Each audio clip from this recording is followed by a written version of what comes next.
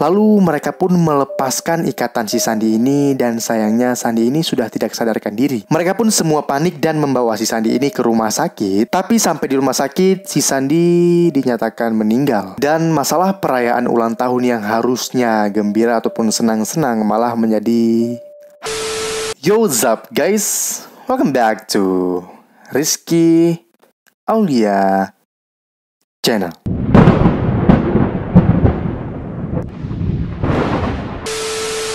Jadi hari ini guys, kita akan membahas tentang prank. Biasanya nih guys, prank itu kan bertujuan untuk lucu-lucuan semata. Nah, tapi kali ini ada beberapa prank itu yang gak lucu sama sekali. Bahkan, pranknya itu pun berujung dengan sangat-sangat fatal. Karena membuat para korban pranknya itu menjadi meninggoy. Oke, langsung aja kita bahas.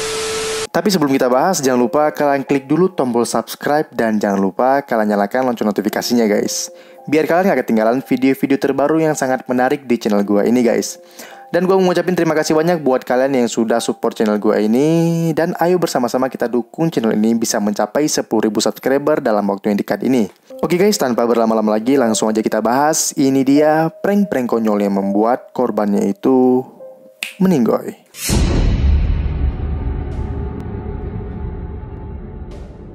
Prank yang hanya menggunakan SMS ini membuat seorang bocah yang bernama Tyson Benz yang masih berusia 11 tahun menjadi korban prank yang berujung dengan maut.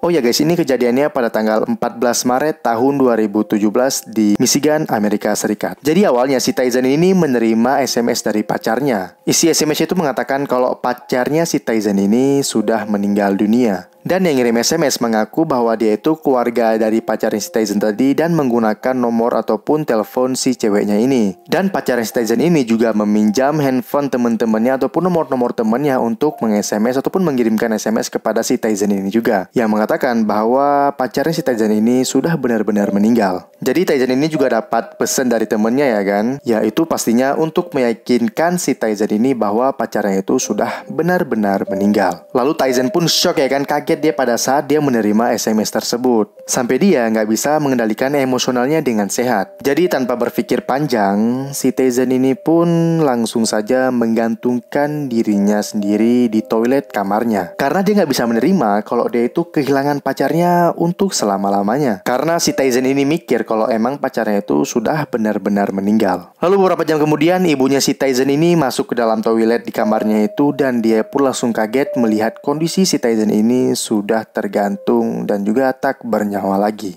Dan pada saat itu kondisi badan si Tyson ini sudah biru pucat semuanya. Lalu ibunya pun menelepon polisi. Setelah jasadnya dievakuasi, polisi pun melakukan investigasi. Dan hasil penyelidikan mengatakan bahwa tidak ada tanda-tanda kekerasan terhadap tubuh si Tyson ini. Artinya si Tyson ini emang benar-benar ataupun pure dia itu bunuh diri. Tapi awalnya ibu si Tyson ini nggak percaya kalau si Tyson itu bisa melakukan hal yang sebodoh itu. Karena ibunya ini mengatakan kalau si Tyson itu anaknya rajin, ceria, cerdas, dan juga suka berbaur dengan teman-teman yang lainnya. Jadi ibunya itu sama sekali nggak melihat kalau si Tyson ini mengalami frustasi ataupun depresi ya kan. Tapi setelah diselidiki, ternyata penyebab utama si Tyson ini bunuh diri adalah SMS dari teman-teman dan juga pacarnya si Tyson. Lalu polisi pun mendalami kasus SMS si Tyson ini. Setelah diselidiki, ternyata pacarnya si Tyson ini masih hidup. Dan pacarnya itu cuma ngaku kalau dia itu cuma ngeprank saja, hanya sebatas cuma ya bercanda-bercanda selucu-lucunya aja gitu ya kan. Dan dia juga bilang, saya itu nggak berniat untuk menghabisi nyawa pacar saya yang tersayang.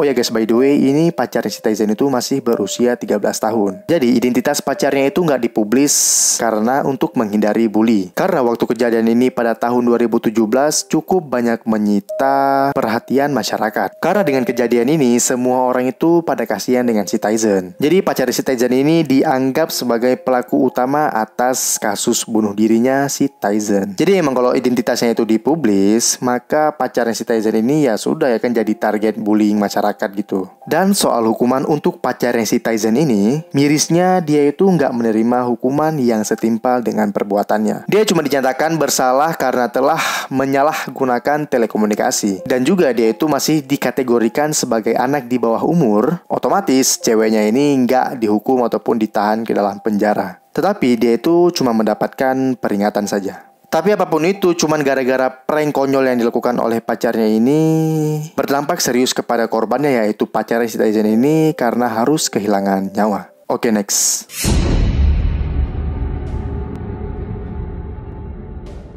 Prank kali ini dilakukan oleh kedua penyiar asal Australia, yaitu Mel Gregg dan juga Michael Christian. Dari kasus prank ini juga berakhir dengan hilangnya nyawa korban. Jadi pranknya itu bermula pada tanggal 2 Desember tahun 2012.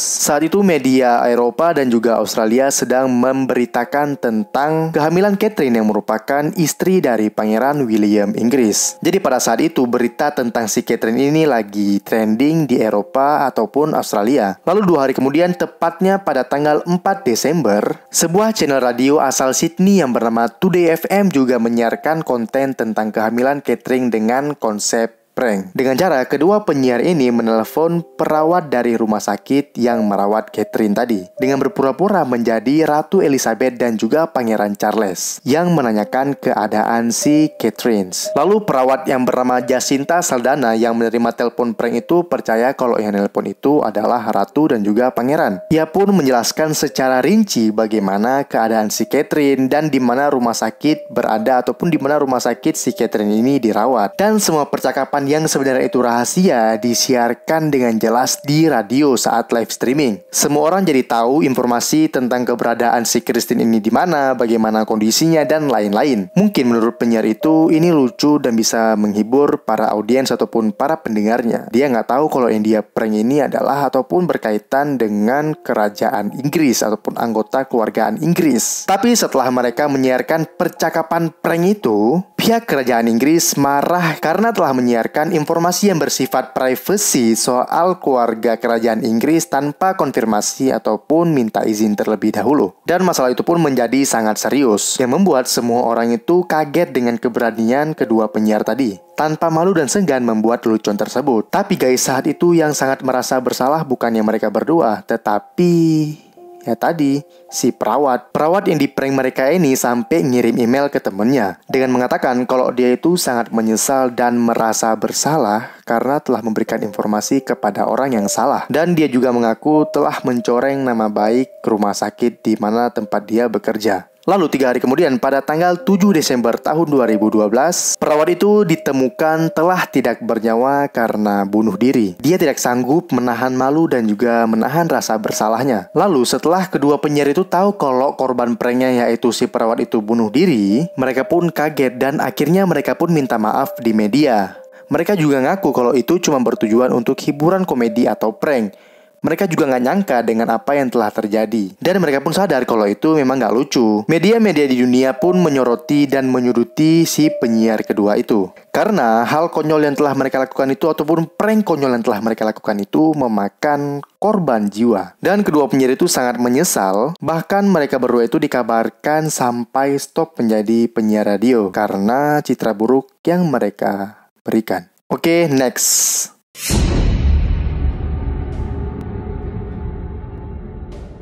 Prank kali ini juga nggak kalah konyol dan berakibat sangat-sangat fatal. Hanya karena perayaan ulang tahun. Dan ini kejadiannya itu di Indonesia guys. Tepatnya itu di Tangerang. Kejadian ini terjadi pada tanggal 26 September tahun 2016. Saat itu Sandi yang sebagai korbannya sedang berulang tahun yang ke-23 dan dikerjai oleh teman-temannya dengan mengikatnya di sebuah tiang yang berada di lapangan basket. Setelah Sandi diikat, lalu Sandi ini disiram oleh teman-temannya.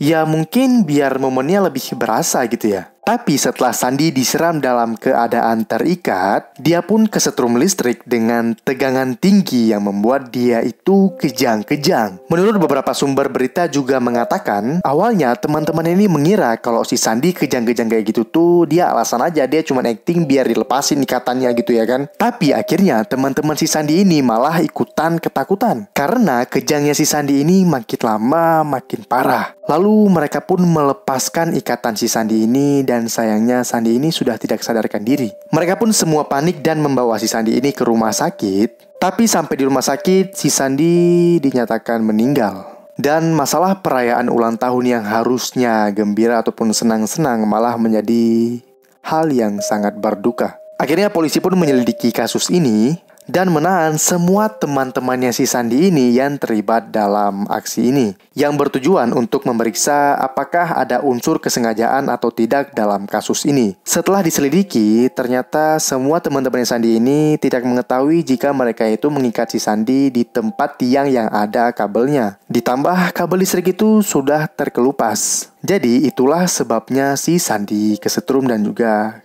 kejang-kejang. Dan akhirnya polisi juga menyatakan kalau kasus ini murni kecelakaan karena tidak ada faktor kesengajaan sama sekali dari teman-temannya. Tapi apapun itu, prank lucu-lucuan pada perayaan ulang tahun si Sandi ini harus merenggut nyawa si Sandi ini. Dan juga hal itu terjadi di hari kelahirannya, guys. Oke, next.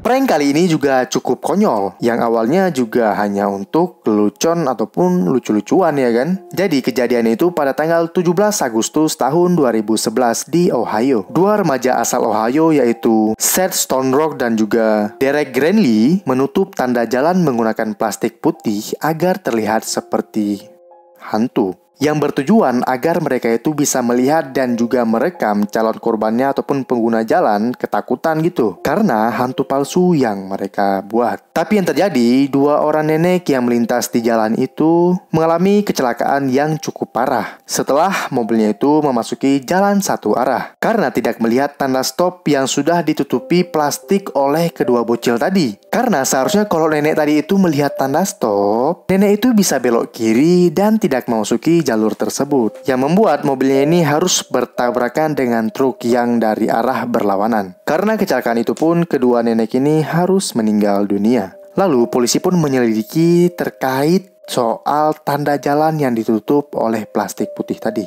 Tapi setelah polisi melakukan penyelidikan, akhirnya kedua bocil tadi ini menyerahkan diri kepada Pak Polisi dengan mengakui kesalahannya. Lalu mereka juga dinyatakan bersalah dan harus menerima hukuman selama 4 tahun penjara. Padahal kedua bocil ini masih bersekolah, yang mana mereka itu harus tetap bersekolah untuk mengejar cita-cita mereka. Tapi ya karena prank konyol mereka ini, akhirnya mereka ini tidak bisa bersekolah lagi karena terdapat catatan kriminal. Dan juga mereka itu harus menjalani hukuman selama 4 tahun penjara. Dan ditambah prank konyol mereka ini memakan korban jiwa. Ya karena pelakunya ini bocil-bocil yang masih labil, ya mungkin itu mereka suka nonton prank-prank profesional gitu ya kan, yang ngerjain orang-orang gak kenal secara random. Ya contohnya kayak prank sampo, prank hantu, atau prank apapun lah. Jadi dia pikir prank itu lucu ya kan, menarik nih. Akhirnya dia terinspirasi juga untuk membuat prank-prank seperti itu. Dan akhirnya mereka pun mencoba untuk membuat prank, tapi nggak mikirin konsekuensinya itu gimana, konsepnya itu gimana, dan gimana eksekusinya. Karena bisa jadi kan para prankster profesional ini, sebelum mereka melakukan aksi pranknya, mungkin mereka itu sudah melakukan briefing dengan calon korbannya. Dengan kata lain, yaitu prank settingan. Pokoknya intinya itu semuanya itu sudah disetting dengan sedemikian rupa. Tetapi anak-anak yang nonton dan terinspirasi dari prank ini membuat mereka itu ingin mencoba untuk membuat prank dan mengerjai orang. Dan yang mereka kerjain ini benar-benar orang yang tidak dikenal ataupun orang secara random. Dan juga mereka itu tidak memikirkan konsekuensinya seperti apa. Ya karena mereka itu cuma kira ya asik, menyenangkan, seru, dan lain-lain bla bla bla. Lalu akhirnya kejadian seperti kedua bocil tadi. Lalu pelajaran buat kita, mudah-mudahan dari keempat kasus ini bisa jadi pelajaran buat kita semua. Apa yang bisa kita tiru dan juga apa yang sebenarnya kita tidak bisa tiru. Dan sebelum melakukan hal-hal yang menurut kalian itu lucu dan juga menyenangkan, coba deh kalian mikirin lagi baik-baik gimana resiko dan juga konsekuensinya. Oke, dari keempat prank tadi gimana menurut kalian guys? Dan soal ulang tahun, gue yakin pasti semua dari kalian ini pernah ngerjain teman kalian pada saat ulang tahun ya kan? Atau jangan-jangan kalian korban yang dikerjain. Lalu gimana sih sebenarnya, se-ekstrim apa teman-teman kalian itu ngerjain kalian pada saat ulang tahun? Atau kalian dikerjain oleh teman-teman itu seberapa ekstrim sih? Coba guys komen di bawah ini gimana ekstrimnya prank pada saat kalian ulang tahun. Oke guys, sekian dulu dari video kali ini. Jika kalian suka sama video ini, jangan lupa kalian klik tombol like dan juga share video ini sebanyak-banyaknya. Dan yang paling penting, jangan lupa kalian klik tombol subscribe dan nyalakan lonceng notifikasinya. Oke guys, biar kalian itu nggak ketinggalan video-video terbaru yang paling seru di channel ini. Oke, sekian, gua Rizky Aulia. Sampai jumpa di video-video selanjutnya. Bye-bye.